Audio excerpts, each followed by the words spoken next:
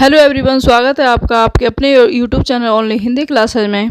तो friends, practice set 17 है और जैसा कि आप समझ रहे हैं परीक्षा नज़दीक आने वाली है पैट की।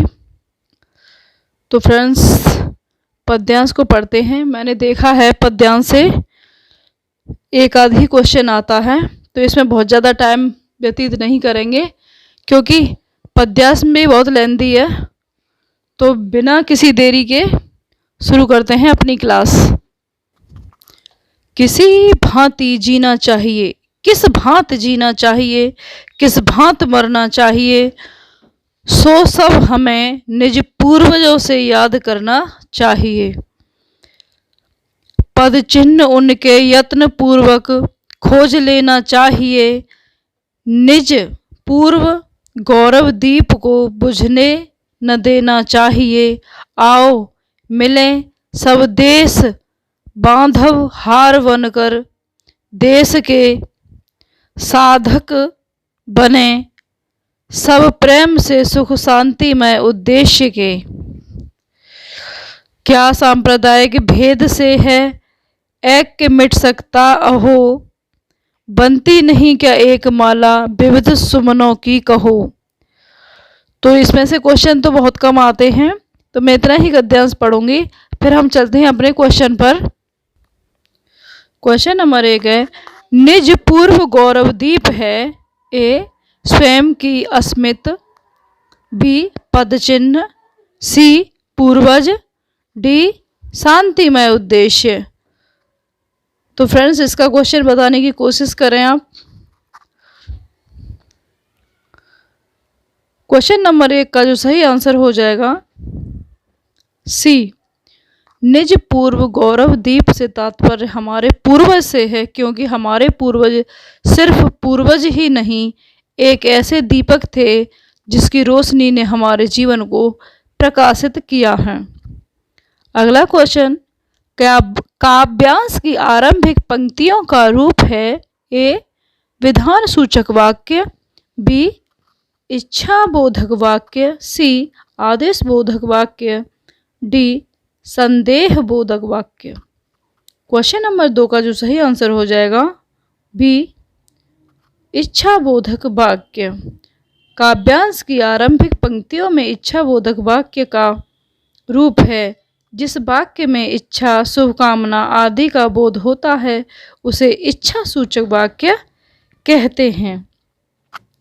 अगला क्वेश्चन, क्वेश्चन नंबर 3, वाक्य के अंग कौन कौन से हैं। ए उद्देश्य विधेय, बी योग्यता आकांक्षा आसक्ति, सी पदक्रम अन्विति, डी सरल मिश्र और संयुक्त वाक्य। क्वेश्चन नंबर 3 का सही आंसर हो जाएगा ए उद्देश्य विधेय। उद्देश्य जिसके विषय में हम कुछ कहते हैं वह उद्देश्य होता है, अर्थात कर्ता। विधेय वह भाग जो उस व्यक्ति या वस्तु का उल्लेख करे या जिसके विषय में हम विवरण देते हैं वह विधेय कहलाता है। जैसे राकेश बाजार जाता है, यहाँ राकेश उद्देश्य है तथा बाजार विधेय है।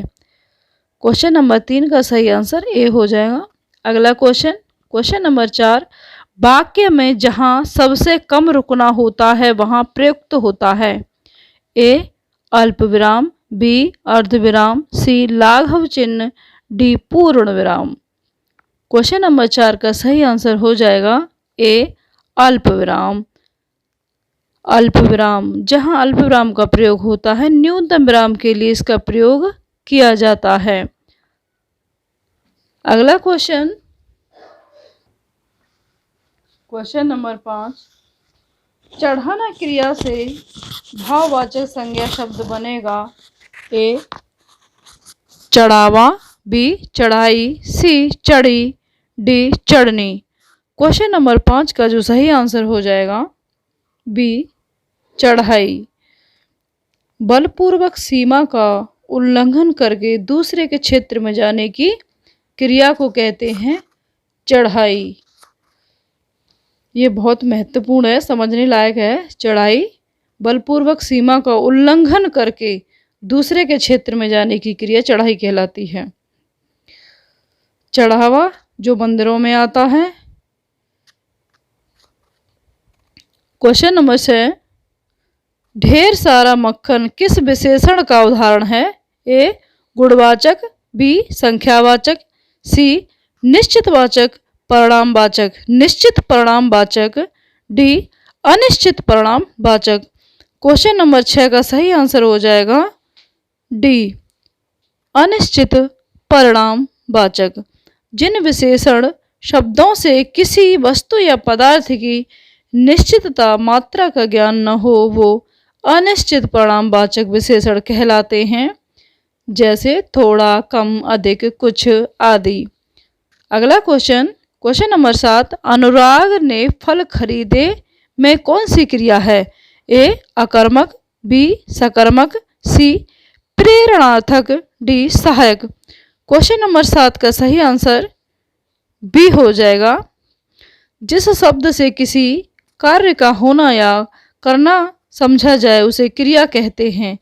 रचना की दृष्टि से क्रिया के दो भेद हैं, सकर्मक क्रिया तथा अकर्मक क्रिया। जो क्रिया कर्म के साथ आती है उसे सकर्मक क्रिया कहते हैं, जैसे राम फल खाता है, अनुराग ने फल खरीदे, सीता गीत गाती हैं आदि। जबकि अकर्मक क्रिया के साथ कर्म नहीं होता है तथा उसका फल कर्ता पर पड़ता है, जैसे राधा सोती है, कर्म का अभाव है। क्वेश्चन नंबर 8, जो सर्वनाम शब्द वक्ता, श्रोता, वक्ता कहने वाला, श्रोता सुनने वाला अथवा किसी अन्य व्यक्ति के लिए प्रयोग किया जाता है उसे क्या कहते हैं? क्वेश्चन नंबर 8 का जो सही आंसर हो जाएगा बी हो जाएगा, पुरुषवाचक। जिन शब्दों से व्यक्ति का बोध होता है उन्हें पुरुषवाचक सर्वनाम कहते हैं। पुरुषवाचक सर्वनाम पुरुषों या स्त्री के नाम के बदले आते हैं। ये 3 प्रकार के होते हैं, प्रथम पुरुष, मध्यम पुरुष, उत्तम पुरुष। क्वेश्चन नंबर 9, ज्ञ को वर्णमाला में माना जाता है। ए संयुक्त व्यंजन, बी स्वर व्यंजन, सी अनुस्वार व्यंजन, डी व्यंजन। क्वेश्चन नंबर 9 का जो सही आंसर हो जाएगा वो ज्ञ हो जाएगा। ज्ञ संयुक्त व्यंजन। संयुक्त व्यंजन ज प्लस य से प्लस आ से ज्ञ बना है। मैं एक बार करके दिखा देती हूँ। संयुक्त व्यंजन जैसे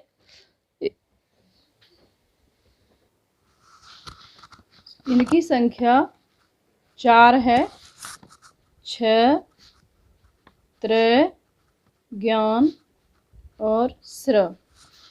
तो अब बात करते हैं 6। तो ये किससे बना है? क प्लस स से बना है 6। एक दूसरा त प्लस रा से बना है त्र। ज्ञ ज प्लस य से बना है ज्ञ। स्र स प्लस र से बना है स्र। तो आप लोगों को समझ में आ गया होगा। स्वर आ से लेके अंग तक स्वर कहे जाते हैं। अनुस्वार में अंग आ जाती है, जैसे अनुस्वार है, अनुस्वार अंग। व्यंजन का से लेके माँ तक इनकी 25 संख्या है। तो इनको व्यंजन कहेंगे। क्वेश्चन नंबर 10, कौन सा शब्द बहुवचन है? ए प्रातः, बी हस्ताक्षर, सी लड़का, डी किताब। क्वेश्चन नंबर 12 का जो सही आंसर हो जाएगा हस्ताक्षर। आप यहाँ वाक्य बना के देख सकते हैं कि आज प्रातः में जल्दी जगा, और जैसे लड़का खेल रहा है या खेल रही है जैसे भी, तो इसमें आप देख सकते हैं किताब मिल नहीं रही है तो हस्ताक्षर कर दिए। तो ये हमेशा बहुवचन में हस्ताक्षर प्रयोग होता है। किसी व्यक्ति द्वारा लिखा जाने वाला अपना नाम जो इस बात का सूचक होता है कि ऊपर लिखी हुई बातें मैंने लिखी हैं और उनका उत्तरदायित्व मुझ पर है, इसको हम हस्ताक्षर कहते हैं। अगला क्वेश्चन, केला का तत्सम शब्द है? ए केलक, बी कदली, सी कदलिकः, डी कदरलिकः। क्वेश्चन नंबर 11 का जो सही आंसर हो जाएगा वो बी हो जाएगा कदली। केले की जाति का बहुत साल तक जीवित रहने वाला एक बड़ा वृक्ष जिसमें रंग बिरंगे फूल लगते हैं, जिसका उपयोग औषधि के रूप में होता है। अगला क्वेश्चन, अपकृत्य में उपसर्ग है? ए अप, बी आ, सी अप, ये उप है, डी अनु। क्वेश्चन नंबर 12 का जो सही आंसर हो जाएगा सी हो जाएगा अप। अपकृत्य में उपसर्ग है। अप का अर्थ है बुरा, हीन। अप उपसर्ग के अन्य उदाहरण हैं अपयश, अपशब्द, अपकार, अपकर्ष, अपेक्षा। अगला क्वेश्चन, शरद ऋतु में धूप में बैठा जाता है में कौन सा वाच्य है? ए कर्तवाच्य, बी कर्मवाच्य, सी भाववाच्य, डी इनमें से कोई नहीं।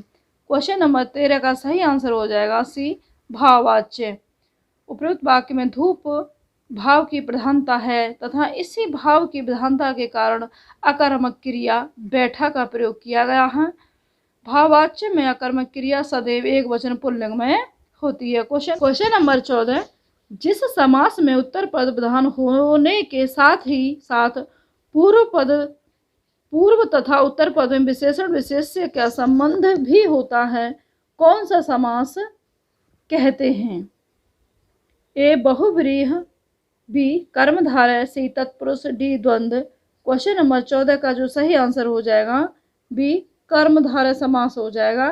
कर्मधारय समास में प्रथम पद विशेषण और दूसरा पद विशेष्य अथवा संज्ञा होता है। अगला क्वेश्चन